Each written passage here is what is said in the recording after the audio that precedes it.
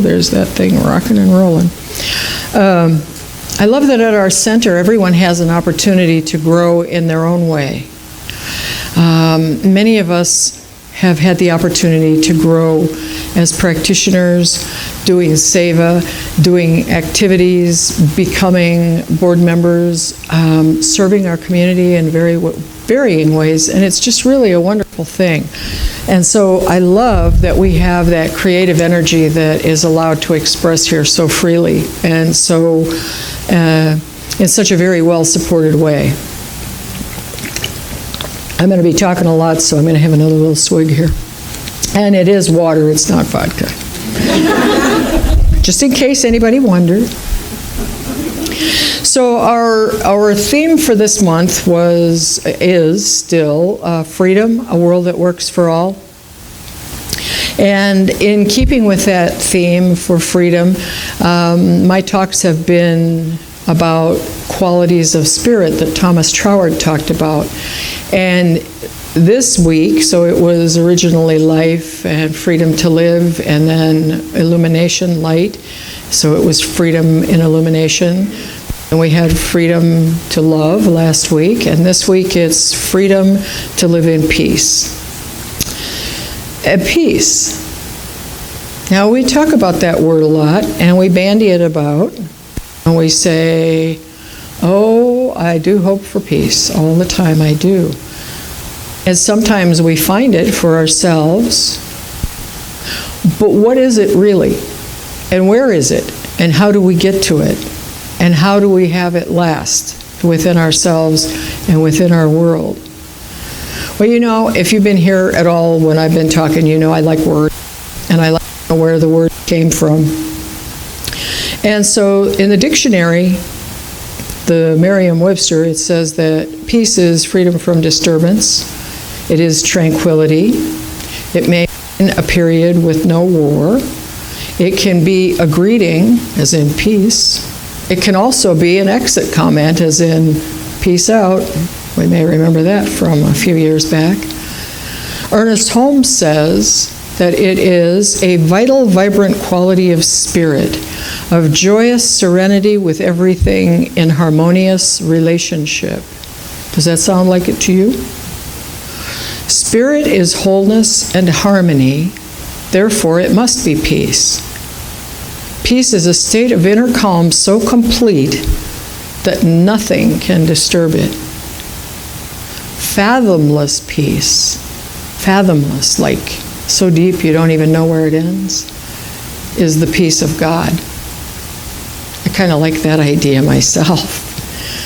And then we have the opposite of peace.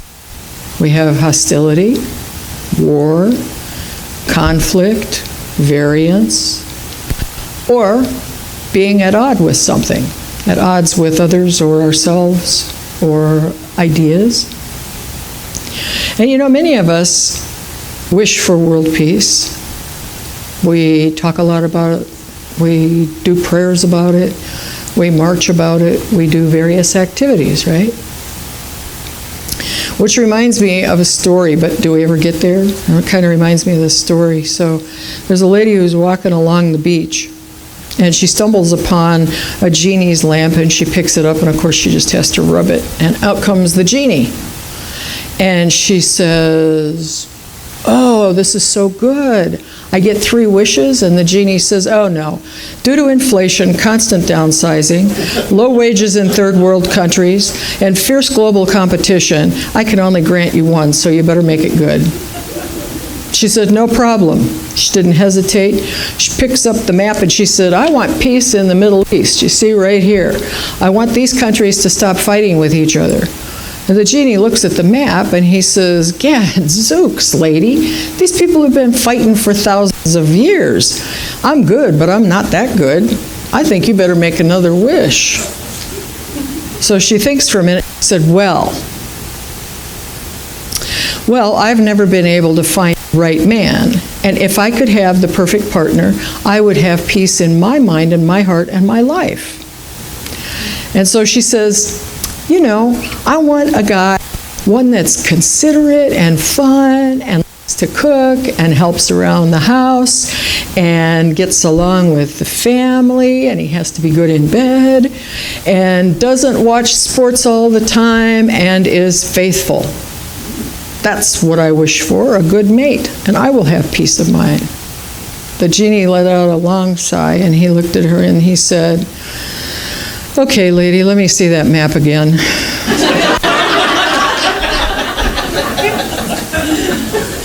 So here was this lady who really wanted world peace, but she was she was ready to swap it out for her own, right? Her own peace of mind and the perfect relationship. Well, here's this week's big secret for you. This is the thing that you came for today. This is the secret about peace that everybody wants to know. Peace is an inside job. Peace begins inside each of us. It's not something around us. It's not something that we bring in. It's inside of us. And we can say we're affected by the news and the conflicts around the world and the threat of nuclear war and in the human rights issues that we face even in our own country. We can talk about the discrimination towards so many people and just so many other topics that it makes your hair curl. Well, it might not make mine, but that's okay. But all of these things create instability for us within ourselves because we let them enter our thoughts, and then we just keep letting them go around like little hamsters on wheels. And we choose to remain conflicted by the news and by all the awfulizers in our midst. Now, you know what the awfulizers are. It's the one who calls you up and said, "Did you hear that on the news? Isn't that just awful? I can't believe that so-and-so did that. Well, I just think it's awful what I heard about you-know-who."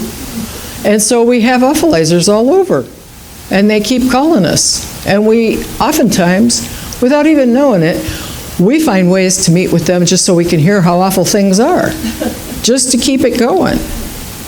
And we choose to be caught up in our fear. We choose to be absorbed with and by conditions because it stimulates some of the epinephrine and adrenaline in our body. And we get addicted to that because if we've got adrenaline running and we're feeling fearful and disturbed and distressed, at least we know we're alive and breathing, right? If you feel stress and anxiety and upset, well, then you know you're still alive. Because if you're at peace, you're just feeling full equanimity that never leaves. And might that get boring after a while? I don't think so, but you never know. So we stay absorbed, or we return to our conditions, we return to all of the things that disturb our peace, rather than returning to our spiritual principles and our truths.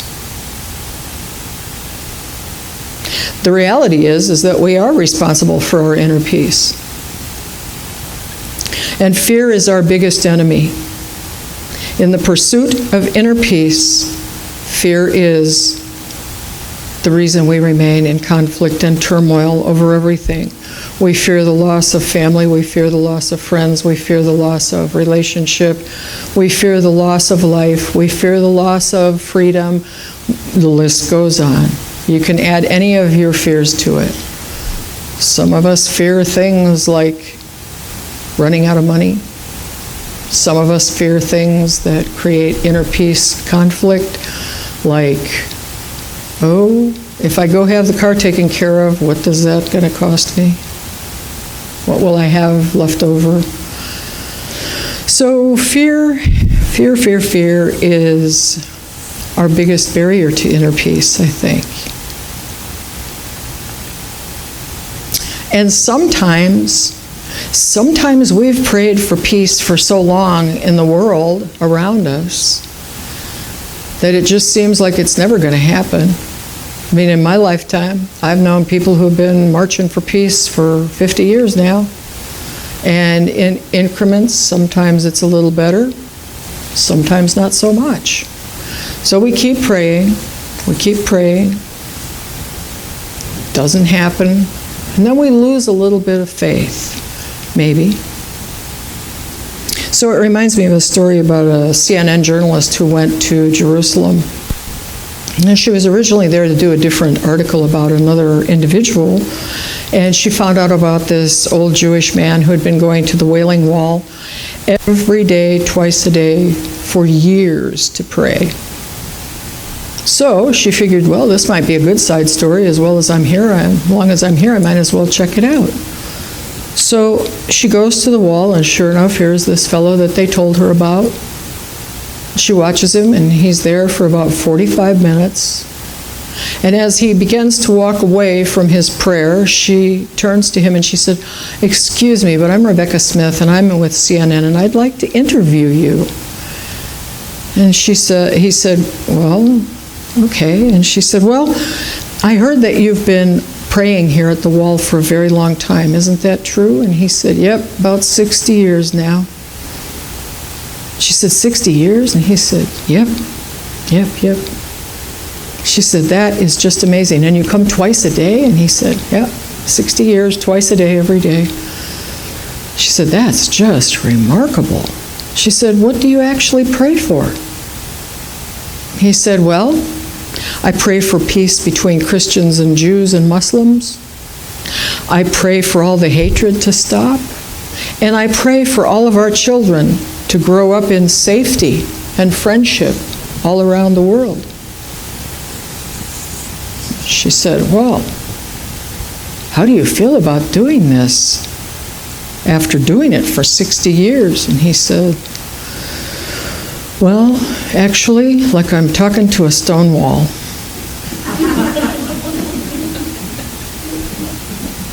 So how many of us feel like we've been talking to stone walls about peace? How many of us? Anybody? You? Yeah. Well, perfect peace, as I mentioned, starts from within. And the greatest way I know to reacquaint ourselves with perfect peace is through meditation. Ernest Holmes wrote, "Meditation opens us to inner peace, transcends all theologies, and allows us to directly experience universal spirit, which is peace. Personal power is the result of the union of peace and poise." Imagine that. Personal power is the result of the union of peace and poise. All spiritual practice must cast out fear and recognize the presence of love, peace, and joy. As the soul acquaints itself with God, it is at peace. It is that alignment with spirit that results in having perfect inner peace available to us all the time. We can turn in to peace. We can turn into peace, and we can turn in to peace, to our peace at any time that we choose. We have the power of presence within us that is available to anyone, any moment in time, should we choose to turn to that. Yeah, I'm always talking about Ernest Holmes' wonderful little book, this thing called You.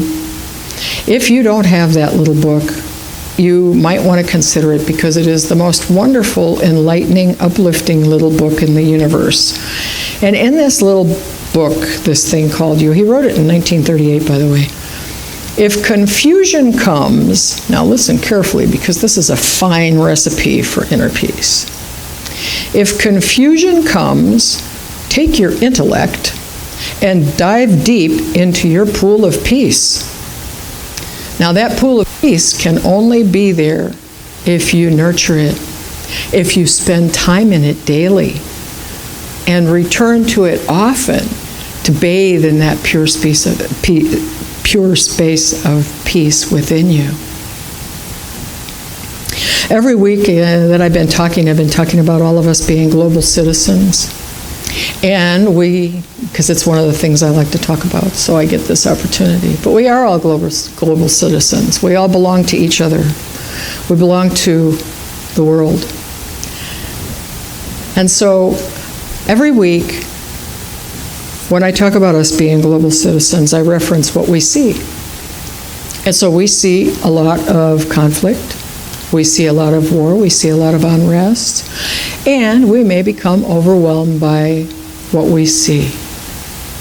And that is exactly when we return to our spiritual truth, our daily spiritual practices. Our daily spiritual practices are meditation, prayer, affirmation, contemplation, reading something uplifting. Maybe not calling the awfulizer that day. Maybe not calling up to see what the report of how awful everything is, because you know they're going to give you that. And if you really want it, you can call them later, after your spiritual practice is concluded. When we become vessels of inner peace, we can shine that light of peace wherever we go. As Ernest said, only when we are in partnership with life, it is only then that we can hope to live together in peace. Now, peace is a cornerstone to the foundation of a world that works for everyone. It's the cornerstone of the ability for everyone to know that divine inner presence and that peace within and express it all the time.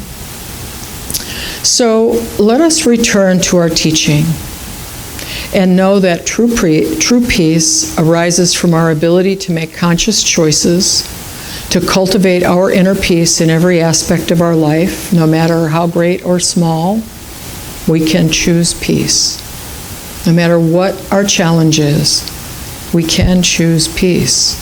We can make new choices. We can stop old habits of going into panic and despair and any other reaction that we have. We can choose peace. True peace is communing with the divine peace within us daily and often. True peace is knowing the truth of our divine nature and everyone else's, not just mine, but everyone. Not just yours, but everyone. True peace is relying on the divine presence, the divine peace within us to support us through all the choices and changes that we encounter. And true peace is affirming those same truths for others around the globe, knowing that divine peace exists within every being, everywhere. So I encourage us to take just a little time every day to visualize for just a moment a world that works for all, a world where all individuals recognize the divine peace within and make conscious life-affirming choices, to know that they are beloved expressions of divine peace, and to bask in the warmth and ease of that divine peace every day. So Ralph, if you'd like to lower the lights, we'll do our candle lighting ceremony. This has kind of gotten to be a regular thing we do on Wednesday nights if you're here for the first time.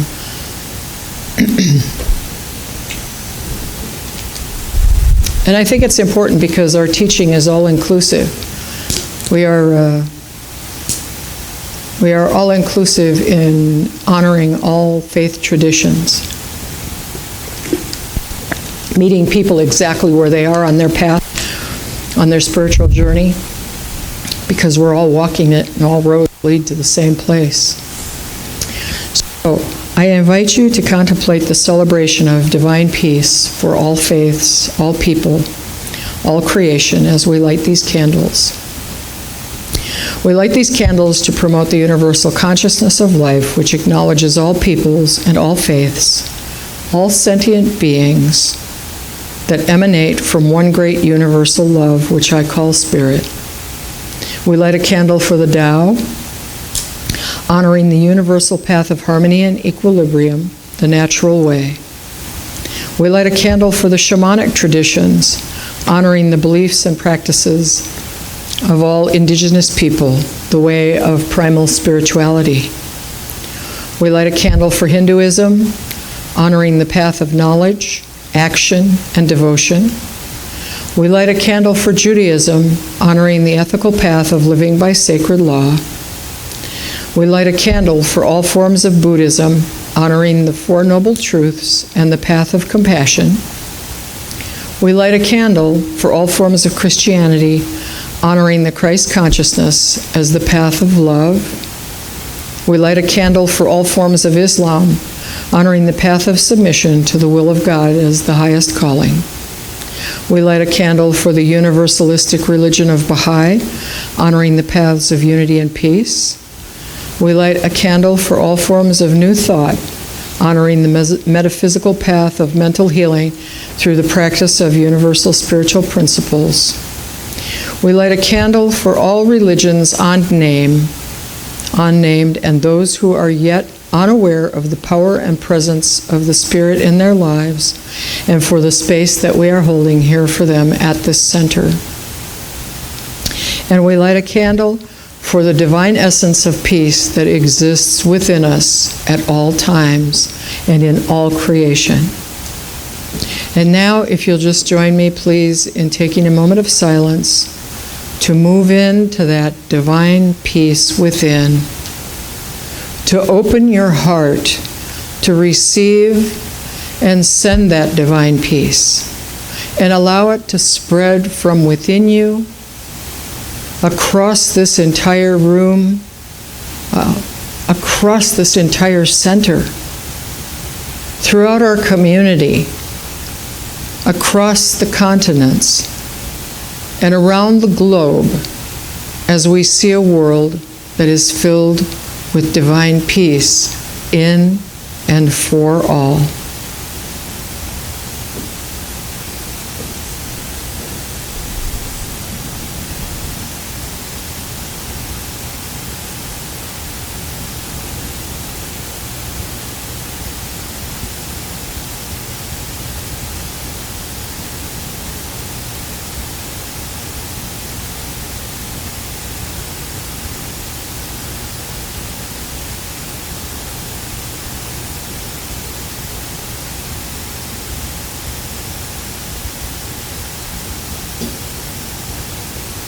Now you can just return easily and effortlessly right here to this time and space in your chair.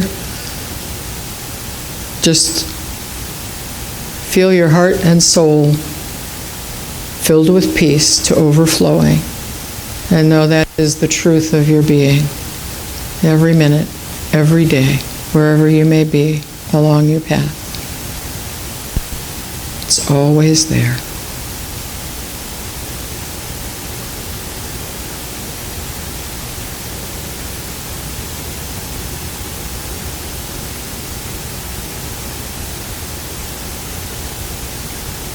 So I leave you with this thought tonight.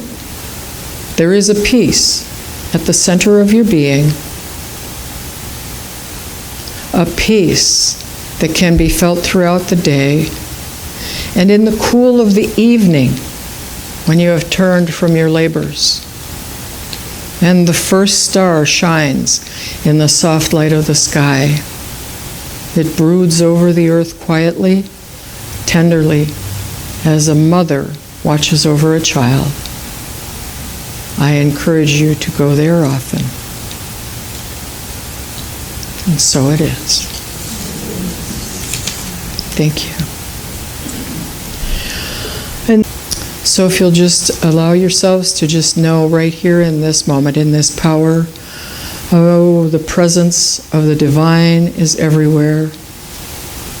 There is a presence. And there is a power for good, and we can use it.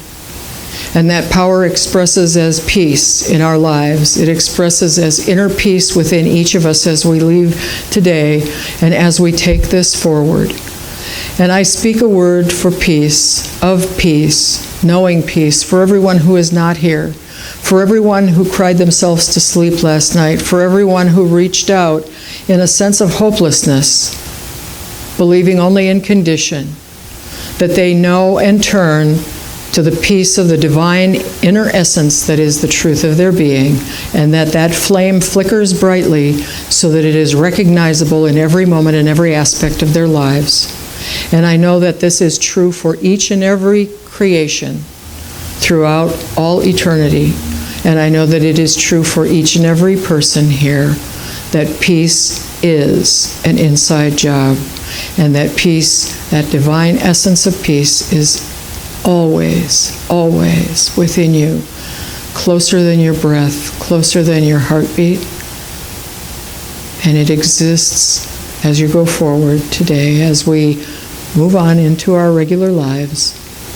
And I bless each and every one, and I know it's good and very good, and I release this into the law that always says yes, and I let it be, and so it is.